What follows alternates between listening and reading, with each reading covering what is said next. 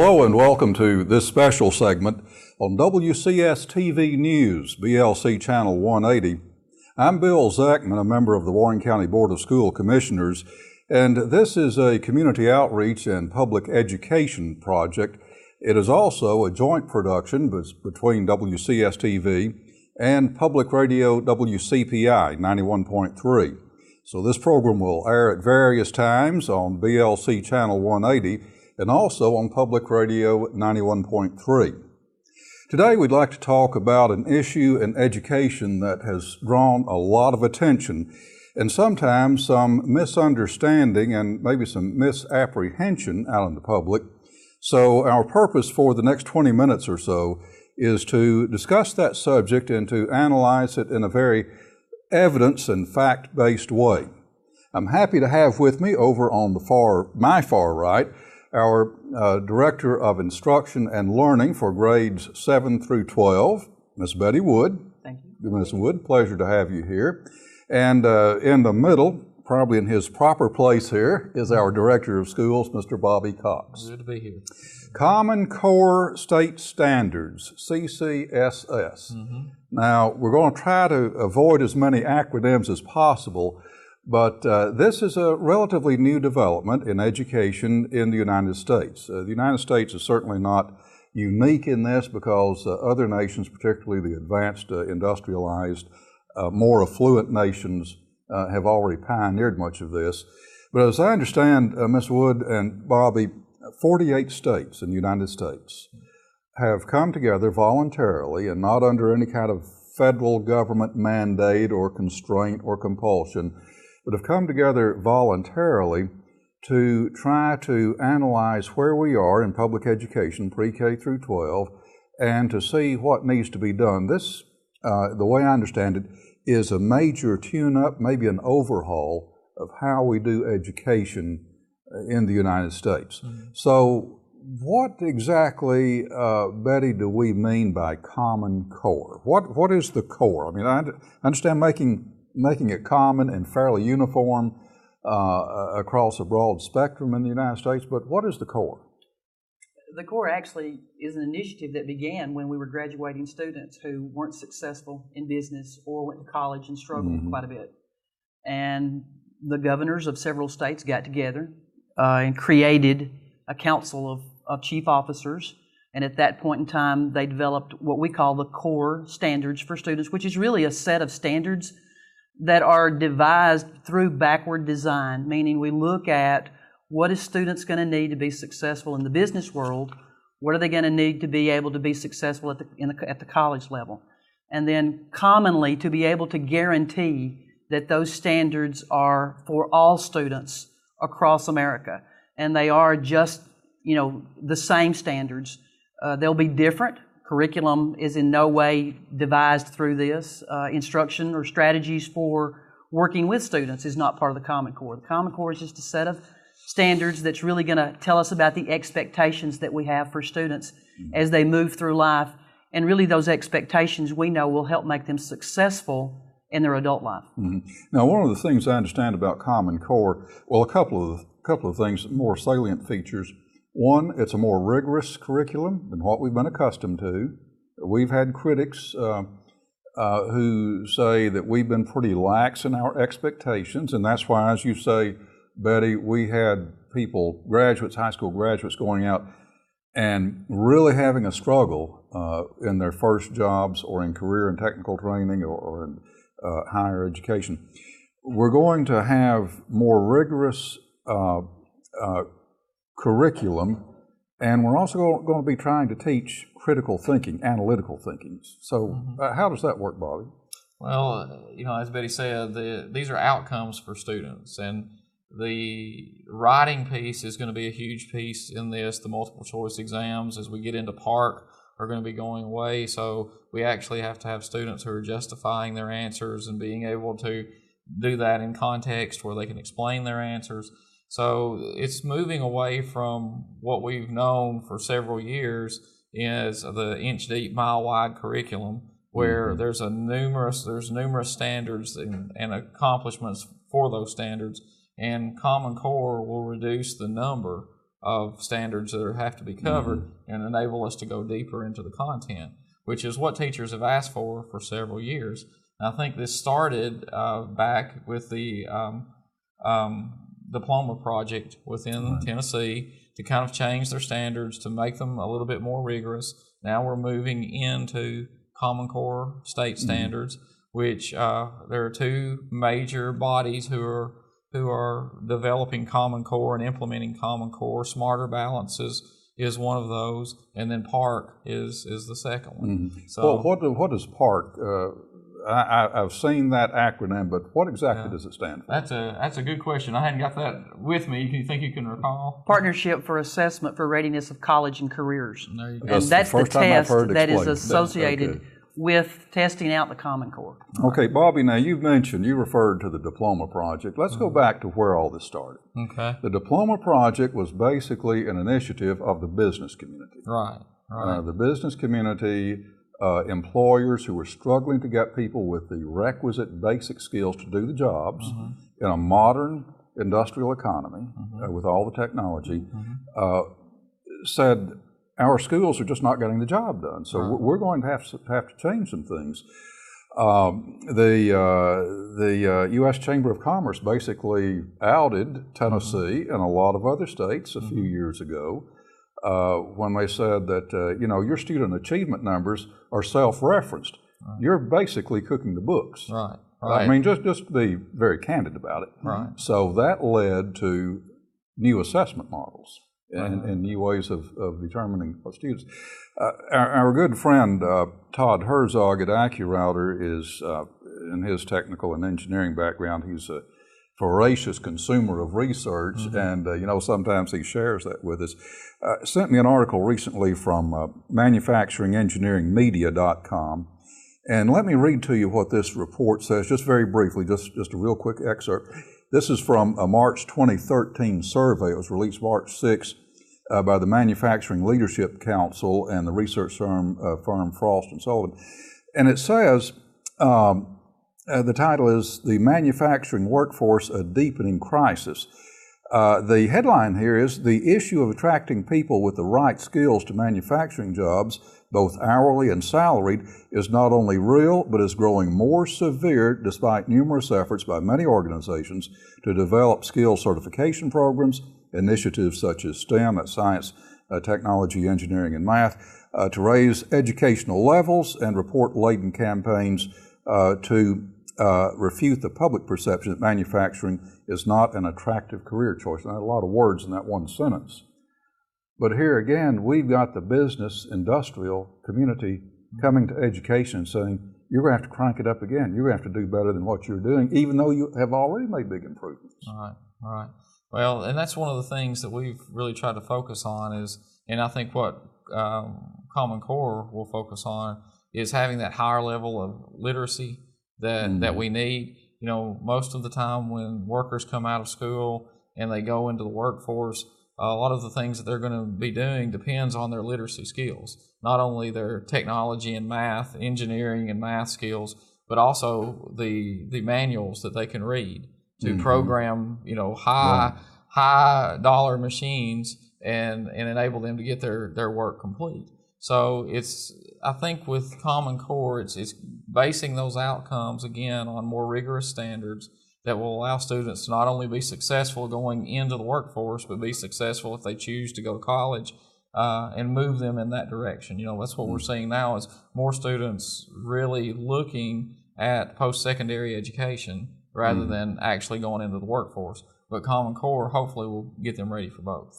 Betty, when we talk about PARC and what Common Core is doing, one of the changes that I understand is that whereas in earlier reading assessments, students would be asked to read maybe an abstract from a piece of literature, maybe great literature, maybe not such great literature, maybe a fairy tale or whatever, and then to come back in a multiple choice question and answer some questions to see if they comprehended it. My understanding now that these will probably be reality-based, factual, maybe even technical, scientific readings that they're going to do, and the student respondent on this test is going to be asked to draw certain inferences and to see if certain ideas and certain concepts are consistent with what was in it. So higher reading skills even at a technical level. And really, it's the application. The Common Core is going to require students to have a broad base of knowledge and to be able to read technical information, nonfiction information, and then to be able to have the skills to draw evidence to make application in real-world situations. And really, if you know much about brain research, that's how kids learn. And in the past, what we've done is we've treated education kind of like a checklist, and it was a compliance thing. You know, we talked about graduating students and that graduation rate. That's really not important. It's a quality education that allows a student to go out, seek information, be critical about it, and then be able to make life decisions that are going to impact himself or his community. And that's really what the Common Core is all about. And really, as I've been through 3 standards changes at least in my 30-something year career, Common Core is a great thing. It's going to help us to teach in depth. It's going to make us more effective in the classroom because it connects with kids and real life, and that's how they learn. And then it allows them to make application based on the information that they have. You know, I address this to both of you and to all education leaders, but you know, one of the big complaints I've heard out in the public and even in the teaching community is that we're asking our people to teach to the test. That's a direct quote. But it seems to me now, like with this Common Core change, we're trying to produce students or help lead students to become self-reliant with their critical and analytical thinking skills and their ability to understand it and comprehend more complex material. So teaching to the test would almost seem to be a thing of the past. I think in knowing just my knowledge of the Common Core standards, they're broad standards, whereas what we had before had specific indicators, state performance indicators that we had to meet, SPIs. So this is going to be a little bit different. It's also linked more tightly to ACT skills. It's linked more tightly to NAEP, which is the National Assessment of Educational Progress. And, you know, it'll give us, I think, what we want as far as our students. And as far as teaching to the test, you know, since the test hasn't been developed yet, I don't think we can teach to the test. Right. So that's one good thing. Anytime in education, you're going to have an assessment at the end of any type of learning. So there's going to be an assessment of your skills.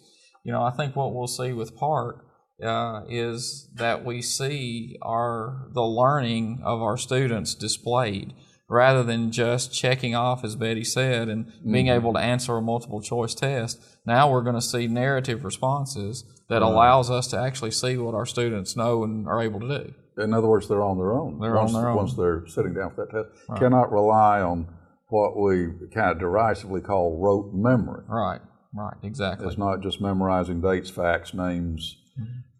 And they really have to take information and be able to dissect the information and then be able to make application in a critical kind of way, which is what we do every day on our jobs. Right. When you have a parent who's ill, or, you know, my parents faced old age, and we had to go in and look about what's the best treatment for them. The way I did that was to go in on the internet, pull the resources, pull it together and say what is right for them. And with students, that's exactly what we're going to be teaching them, is how to get information, which is not stand and deliver anymore for teachers. You know, the whole dynamic of the teaching job is changing, so that we teach students how to access information, pull the information together, make choices about which are really good sources and which are not, and then how to take those and apply them to the situation so that they make a fact-based decision for themselves and their lives. And with that, that's how they learn. Again, I keep saying that, but that's the learning tool. Yeah, one of the things you said, and everything you said is critically important, but one of the things you said is the ability to evaluate sources. You know, if we hear something we don't like, we just say, well, just consider the source. You know, in our society, I'm afraid a lot of people don't consider the source, and they don't know how to evaluate an honest, responsible, factual source of information from one that's just purely ideological or totally ignorant, you know. And I think that this is what has happened in the public discussion of Common Core. I mentioned at the outset that there's a lot of misunderstanding out there, and I can't help but believe some of it has been created and engineered and propagated for those who practice, extreme politics for power and profit. That's a major industry in our country. But let's talk about what it is not. Common Core is not, I know this one thing, is not a federal mandate, and it's not a curriculum devised by Big Brother government. Right. It's a state initiative. States determined how, if they would go into Common Core, if they would stay the same. There is no national mandate in education. It's all state-run, state-led. So each individual state determines whether they want to go into Common Core, how they want to accomplish that or not. The standards are what they are. The standards are universal, but what happens in each individual classroom and how that standard is accomplished is up to that individual teacher. And what may be accomplished one way here in Warren County may be different in Atlanta, Georgia. But the thing that we're dealing with is just like what Betty said. It's real life decision making based on analyzing nonfiction text to make decisions. And teachers are going to have that freedom to teach the standard, and how they accomplish that standard is up to them. So I don't really subscribe to the national curriculum debate that's out there, that this is a movement to have a national curriculum. To nationalize education. No, I don't see it that way at all. I think really what it does is give teachers the opportunity that they've asked for to be able to go deeper into the subject matter, to meet the standards that students are going to have to be successful in life and later on in college. You mentioned a few minutes ago that the old way of doing things was, a mile wide and an inch deep. Now we're going to narrow the channel, but we're going to drill down into these subjects a lot more. So we're not going to have just a superficial veneer of knowledge or acquaintance. Right. We're going to have students expected to solve problems. Exactly. And that's what they'll be expected to do in business and in life. Right. And multidisciplinary. It's not anymore where we teach in silos, social studies and science over here and 6th grade here and 8th grade there. It's more individualized for students to progress them and move them towards a continuum of learning so that they're always moving forward, and then to pull in all the disciplines so that we're not teaching science in isolation. We're teaching it through ELA, and the ELA teachers are working with the science teachers to read complex text, to have students write about it, to pull evidence from it. And because of that and the connectedness of it all, again, it's the way the brain learns. It's the way kids are able to maintain and analyze and to apply all that information in a really tight format. And in a professional kind of way. Some of the things that Common Core requires just in the reading, writing, speaking, listening part are that students demonstrate independence, that they can scaffold, comprehend, evaluate complex text. They build strong content knowledge. They respond to varying demands of the audience, the task, the purpose, and the discipline, and they know how to apply that. They comprehend, but not only do they comprehend, they're able to critique and evaluate and defend. They value evidence. They cite evidence. They know about what is ethically correct and what is not, how to apply that information. They learn to use, and this is a big thing that I'm bringing this up in light of where we are in our county, they use technology and digital media appropriately and strategically as they defend or model what they're reading. They come to understand other perspectives and cultures, and they're tolerant and understanding of those other cultures. That's backwards design. When we get students that can do those 7 or 8 things provided through just that part of the Common Core, we have students who are ready to tackle the work world, and more importantly, I think, to lead in our counties and in our communities.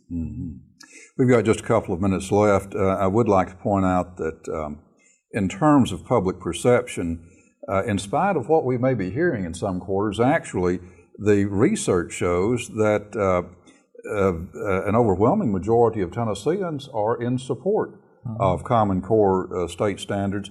A survey done by Greenberg Quinlan Rossner Research in cooperation with Tennessee SCORE, the collaborative for advancing education in Tennessee.